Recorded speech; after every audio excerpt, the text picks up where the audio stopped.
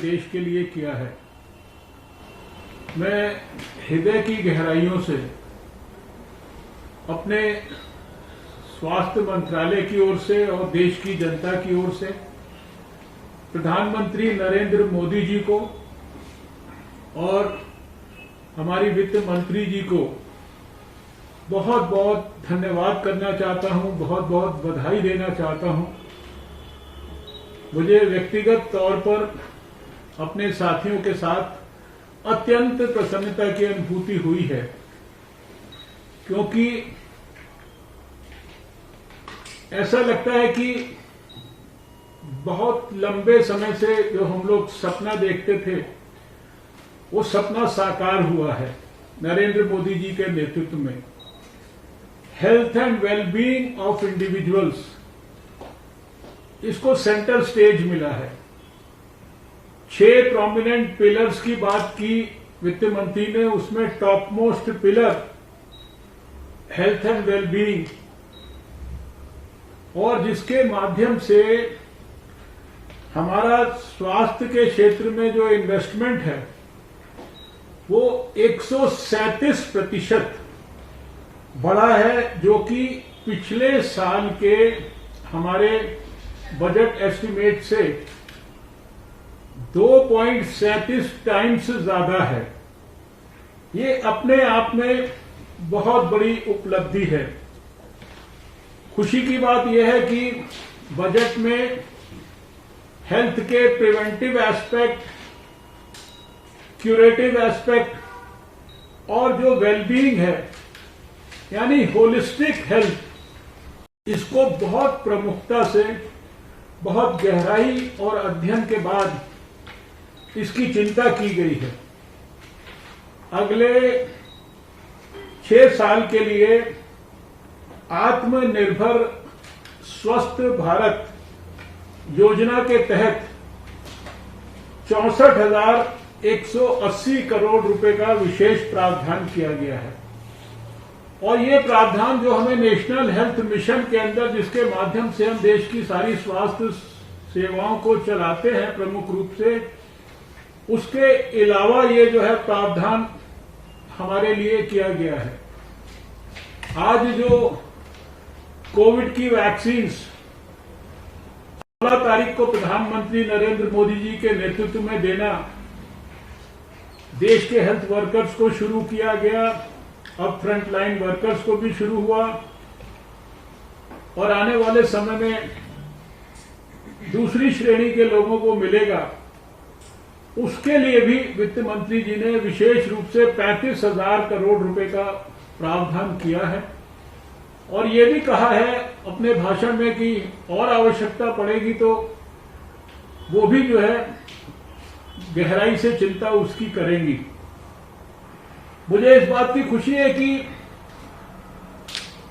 बहुत कॉम्प्रिहेंसिव तरीके से, विशेष रूप से जो कोविड के अंदर भी जो हम लोगों को 1 वर्ष में अनुभव हुआ, उन सब अनुभवों का भी लाभ उठाते हुए एक व्यापक हेल्थ इंफ्रास्ट्रक्चर को आने वाले वर्षों में बड़े पैमाने पर और ज्यादा विस्तार देने के लिए प्रावधान किए गए हैं।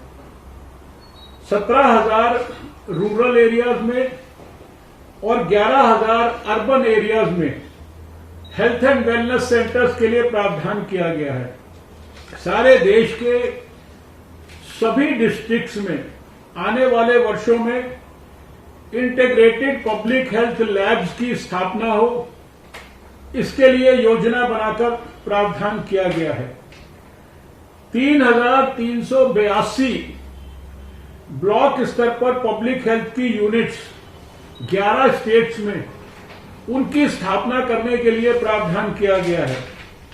इसी तरह से 602 डिस्ट्रिक्ट्स में देश के क्रिटिकल केयर हॉस्पिटल ब्लॉक्स बनाने की योजना, और साथ में 12 सेंट्रल इंस्टीट्यूशंस में इस प्रकार के ब्लॉक बनाने की योजना के लिए भी प्रावधान किया गया है। जो हमारा देश का प्रतिष्ठित सेंटर है, national centre for disease control, जिसने कोविड के कंट्रोल में एक बहुत बड़ी महत्वपूर्ण भूमिका निभाई है सफलता के साथ। ये प्रावधान किया गया है कि उसी प्रकार के 5 regional national centre for disease control की ब्रांचेस सारे देश के अंदर स्थापित की जाएंगी। 20 मेट्रोपॉलिटन हेल्थ सर्वेलेंस यूनिट्स देश में स्थापित की जाएंगी और इसके साथ साथ 17 नई पब्लिक हेल्थ यूनिट्स को ऑपरेशनलाइज किया जाएगा। 33 एग्जिस्टिंग पब्लिक हेल्थ यूनिट्स को स्ट्रेंथन किया जाएगा और 32 एयरपोर्ट्स, 11 सी पोर्ट्स और 7 लैंड क्रॉसिंग्स के ऊपर जो ये सारी हमारी टेस्टिंग की, पब्लिक हेल्थ की जो एक्टिविटीज जिनको प्रमुखता से हमने सबने देखा कि कोविड के दौरान उनकी कितनी आवश्यकता थी, कितने स्थानों पर इनको बड़े पैमाने पर स्ट्रेंथन किया जाएगा। 15 हेल्थ इमरजेंसी ऑपरेशन सेंटर्स और 2 मोबाइल हॉस्पिटल्स, इनको आने वाले समय में विकसित किया जाएगा, उसका प्रावधान किया गया है। एक national institution for one health, ये हमारा जो रीजनल रिसर्च प्लेटफॉर्म हम लोग विकसित करेंगे वर्ल्ड हेल्थ ऑर्गेनाइजेशन के south east Asia regional office के साथ मिलकर। और इससे भी ज्यादा हमारे लिए खुशी की, गर्व की बात है कि 9 BSL 3 यानी बायो सेफ्टी लेवल 3 जो लेबोरेटरीज हैं वो भी देश में विकसित की जाएंगी। ये बहुत ही प्रतिष्ठित और बहुत ही एडवांस्ड लेबोरेटरीज होती हैं।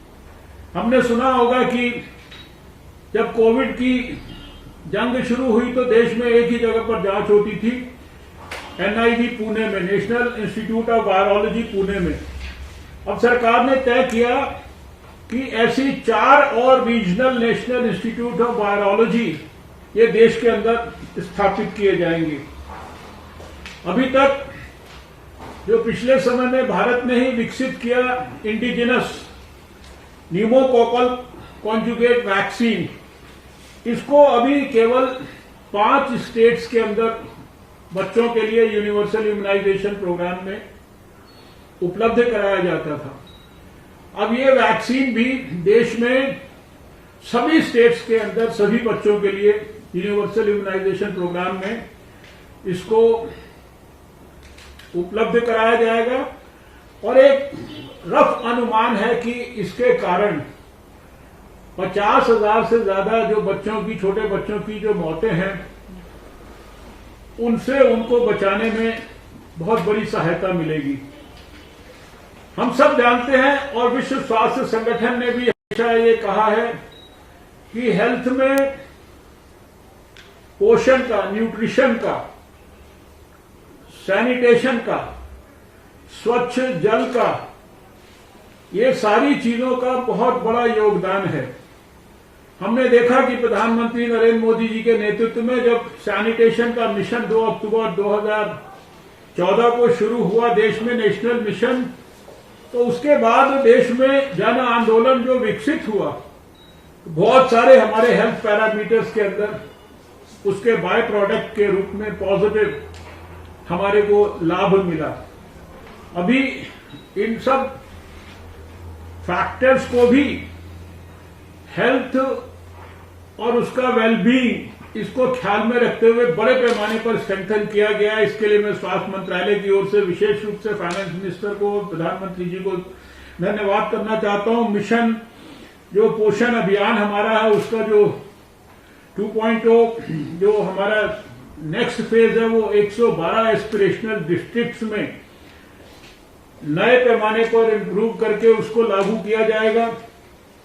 जल जीवन मिशन में 4,378 लोकल बॉडीज और 2.86 करोड़ घरों में साफ पानी उपलब्ध कराने के लिए, कनेक्शंस देने के लिए, और खासकर जो 500 अमृत शहर हैं, अमृत सिटीज हैं, उनमें लिक्विड वेस्ट के मैनेजमेंट के लिए जो सारी टेक्निक्स का इस्तेमाल करते हुए इस जल जीवन मिशन के ऊपर अगले 5 साल में 2,87,000 करोड़ रुपए का जो है बजट का प्रावधान किया गया है। और इसी प्रकार से जो मैंने जैसा कहा कि जो स्वच्छ भारत मिशन है, सैनिटेशन के इश्यूज को हैंडल करने के लिए उसका भी जो 2.0 नेक्स्ट एडिशन जो प्रारंभ होने जा रहा है, इसके लिए भी 1,41,678 करोड़ ये नेक्स्ट 5 साल के अंदर इसका प्रावधान किया गया है। इसके अलावा हम जानते हैं कि एयर पॉल्यूशन को हैंडल करने के लिए, यानी जितने भी फैक्टर्स स्वास्थ्य को बेहतर करते हैं, स्वास्थ्य के प्रिवेंटिव एस्पेक्ट्स को, क्यूरेटिव एस्पेक्ट्स को, पॉजिटिव एस्पेक्ट्स को, होलिस्टिक एस्पेक्ट्स को, वेलबींग को, इनको स्ट्रेंथन करते हैं।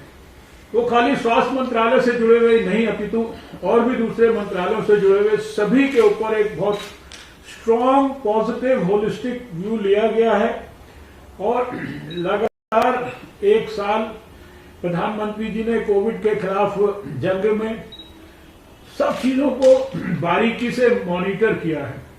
पूरे कोविड के खिलाफ जंग में जब जब हेल्थ को जितनी भी आवश्यकता पड़ी, हम जानते हैं कि इससे पहले भी 4-5 मिनी बजट भी प्रस्तुत किए गए, उन सबके माध्यम से भी बहुत बड़ा जो है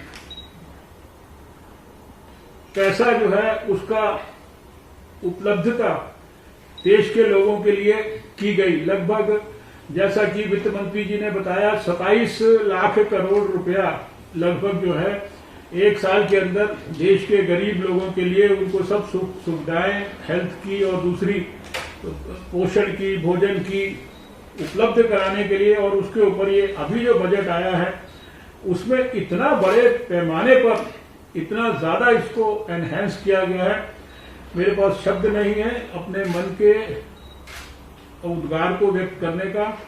मैं हृदय से प्रधानमंत्री जी को बहुत बहुत फिर से धन्यवाद करना चाहता हूं, उनको नतमस्तक होकर प्रणाम करना चाहता हूं।